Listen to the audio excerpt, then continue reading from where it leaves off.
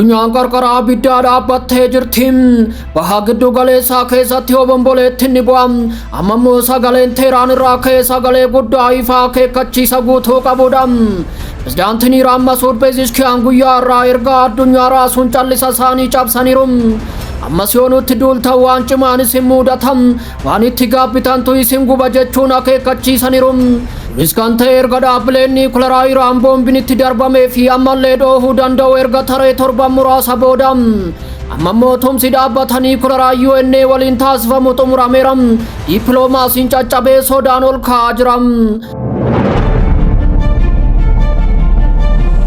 Waraanni duudidem Israa'el diiguuf karoorsitee Iraan haloo ba'uuf akeekkachiifte.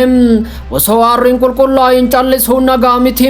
Abiddi yeroo tokko samiirraa roobaa ture ammallee lafa jalatti gubata. Guyyoota muraasa dura addunyaan waraana Israa'elii fi Iraan xumurame jettee abdatte. Dhukaasa dhaabuun mallatteeffame. Misaayiloonni boqotanii warri du'an awwaalamanii amma garuu dhugaan awwaala jalaa ka'aa jira. Lolli kun hin xumuramne ni jalqabe malee gammoojjii Iraan keessatti dheekkamsi boba'aa jira. Samii Israa'el keessatti xiyyaaronni waraanaa qophaa'aa jiru. Kana gidduuttis dirree waraanaa yeroo barbaadetti deebi'ee dhoohuu danda'utu jira. Kun kana booda lola saba lamaa qofa miti. Lola sodaa haloo ba'uu fi lubbuun jiraachuuti. Wallabdee addunyaa gara abidda isaatti harkisuuf sodaachisaa jiru. Wanti itti aanu wanta argine hunda caalaa dukkana gadi fagoo fi diigumsa ta'uu danda'a. Telaviv qophooftee jirti. Teeraan akeekkachiisaa jirti.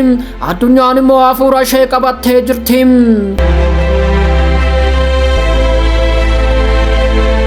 Gammoojjii Yaman irraa kaasee haga magaalota Israa'elitti abiddi haaraan ka'aa jira. Dhuunsi halkarraa saasaa Iraaniin iyyaa ijoollee sodaadhaan dammaqu. Har'ammoo odeeffannoo sodaachisaa simbiraan geenya. Loltoonni Houthi Yaman misaayila gara buufata xiyyaara idil addunyaa Israa'elitti furguuqsanii kallattiin onnee Israa'el keessatti rukuttaa gaggeessaniiru. Kun misaayila qofa miti ergaa waraanaati. Ergaa abidda aarii fi abidda keessatti barreeffame gabaasa kana keessatti isinii ibsina. Dabalataanis hoogganaan Houthi dooniiwwan Israa'elii fi dhaabbilee Israa'elii wal qabatan irratti uggura labse. Misaayilli dhukaafame galaanni diimaan cufame.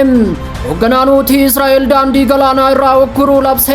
Waliin tura abidda mata duree duuba jiru waraana akeekkachiisa booda fi callisa warra addunyaa tiksaa jedhaman caccabsine isiniin geenya.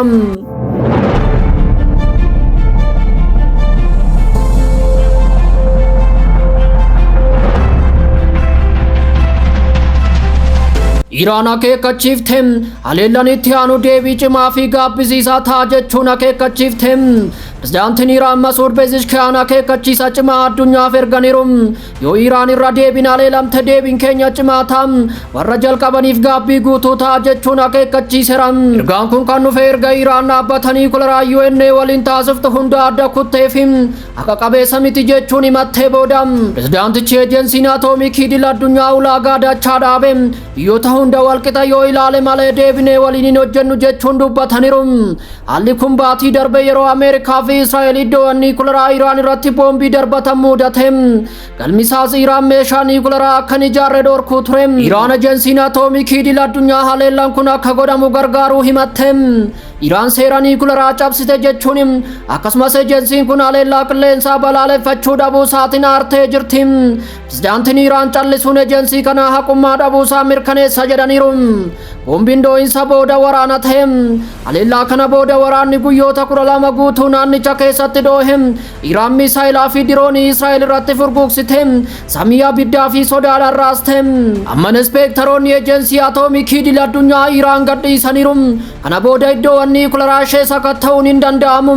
Hoogganaan dhaabbatichaa Raafaayil Giroosiin inspektaroota deebisuun hojii dursaa ta'uu dubbatu.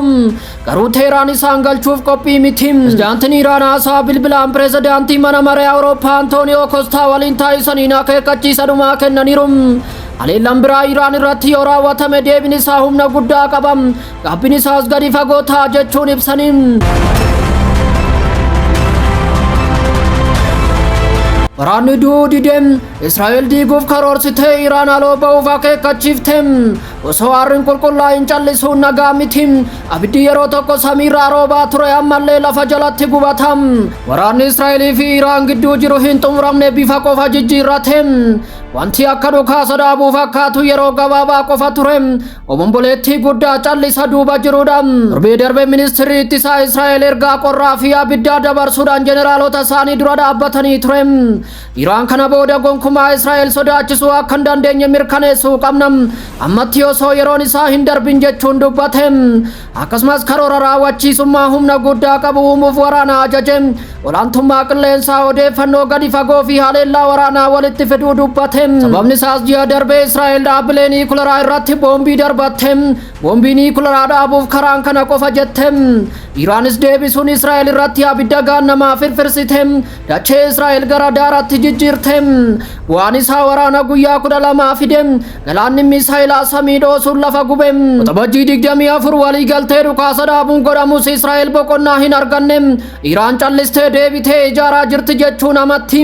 adoolessa 10 guyyaa kaleessaa immoo pirezidaantiin Iraan Masuud Pezeshkian boombii mataasaa darbuun samiirraa osoo hin taane dippiloomaasii dhoose. tumsaanii niikuleeraa dhaabbata UN waliin qabdu addaan kute inspektaroota idil addunyaa iddoowwan niikuleeraa Iraan irraa ari'uu beeksise. Pezeshkian ulaagaaleen dachaa ta'aa jiru jechuun simate. ejensiin atoomikii idil addunyaa yeroo biyya keenya irratti boombiin darbatamu callise callisuun sun akka haleelamnuuf hayyama kennuusaa agarsiisa jechuun dabale. kana malees irra deebii weerarri raawwatamu kamiyyuu deebii murteessaa fi gaabbii qabu simatama jechuun doorsise. Iraan aartee jirti Israa'el qofa irratti osoo hin taane warra dhi'am dhaabbata mootummoota gamtoomanii fi nama cinaa ishee dhaabbate kamiyyuu adabuu dandeessi jedhaniiru. kana booda ejensii atoomikii idil addunyaa hin amannu obsi keenya dhumatee jira jechuun waan itti aanee dhufu kamiifuu deebii kennuuf qophii ta'uu isaanii ibsaniiru. Gaaddiddu addunyaa irratti wanti itti aanee dhufu maal ta'uu danda'a? ejensiin atoomikii idil addunyaa ammallee sakatta'uu akka barbaadu dubbata. garuu amma balbaloonni cufamanii jiru. Iraan keessatti wanti ijaaramaa jiru eenyullee beekuu hin danda'u. Riyaaktarii tokko boombii tokko moo bomboleettii siyaasaa qofa. Israa'el kana baruuf obsa akka hin qabne dubbatti xiyyaaronni ishee qophaa'aniiru jeneraalonni ishee karoora qabu haleellaa haaraan dhufuu mala. Iraan deebistee rukutuuf karoorsaa jirti waraanni kun hin xumuramne. Israa'el billaa ishee qaraa jirti Iraan abidda ishee dhoksitee jirti.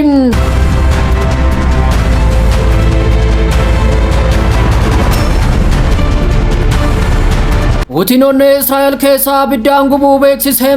gabaasa rabee loltoonni Houthi Yamanim misaayila baalaastikii cimaa gara buufata xiyyaaraa Israa'el Ben Gurion furguugsuu himanim.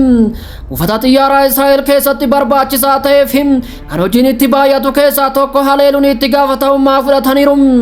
waraanni Israa'el akka jedhetti misaayila kana samii irratti cufuun magaalattii badiisarraa baraareen jira jechuun ibse. Huutiin gama isaan haleellaa cimaa raawwachuun galma isaa rukutuu beeksise. Huutiin Iraaniin deeggaramu erga waraanni Gaazaa jalqabee misaayilaa fi diroonii 10 lakkaa'ama furguugsuun isaan yaadatama. lammiilee Falastiin Gaazaa keessa jiran deeggaruuf gochaa akka jiran dubbachuun sodaa malee haga waraanni Gaazaa dhaabbatutti haleellaa akka itti fufan waadaa galaniiru. Israa'el gama isheen abiddaa fi adabbii kennuuf akeekkachiifte. duraanis haleellaa lubbuu namaa galaafate hedduu iddoowwan Huutii irratti raawwattee jirti. ji'a caamsaa keessa Huutiin irra deddeebiin buufata xiyyaaraa Israa'el rukutuun naannoo qilleensaa ishee ni cufna jedhee ture. amma balaan sun dhugaa ta'eera.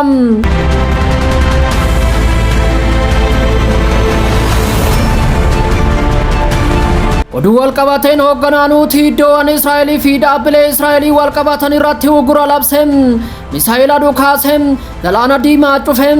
hoogganaan Huutii Israa'el daandii galaanaa irraa uguruu labse. hoogganaan Huutii Abdul Maalik Al-Huutii gareen doonii Israa'el waliin hidhata qaban kamiyyuu galaana diimaa galoo galaana Edeyyoo kan galaana Arabaa keessa akka darban hin hayyamnu jechuun beeksise. daandiiwwan daldala galaanaa Israa'el waliin hidhata qaban cufamaniiru.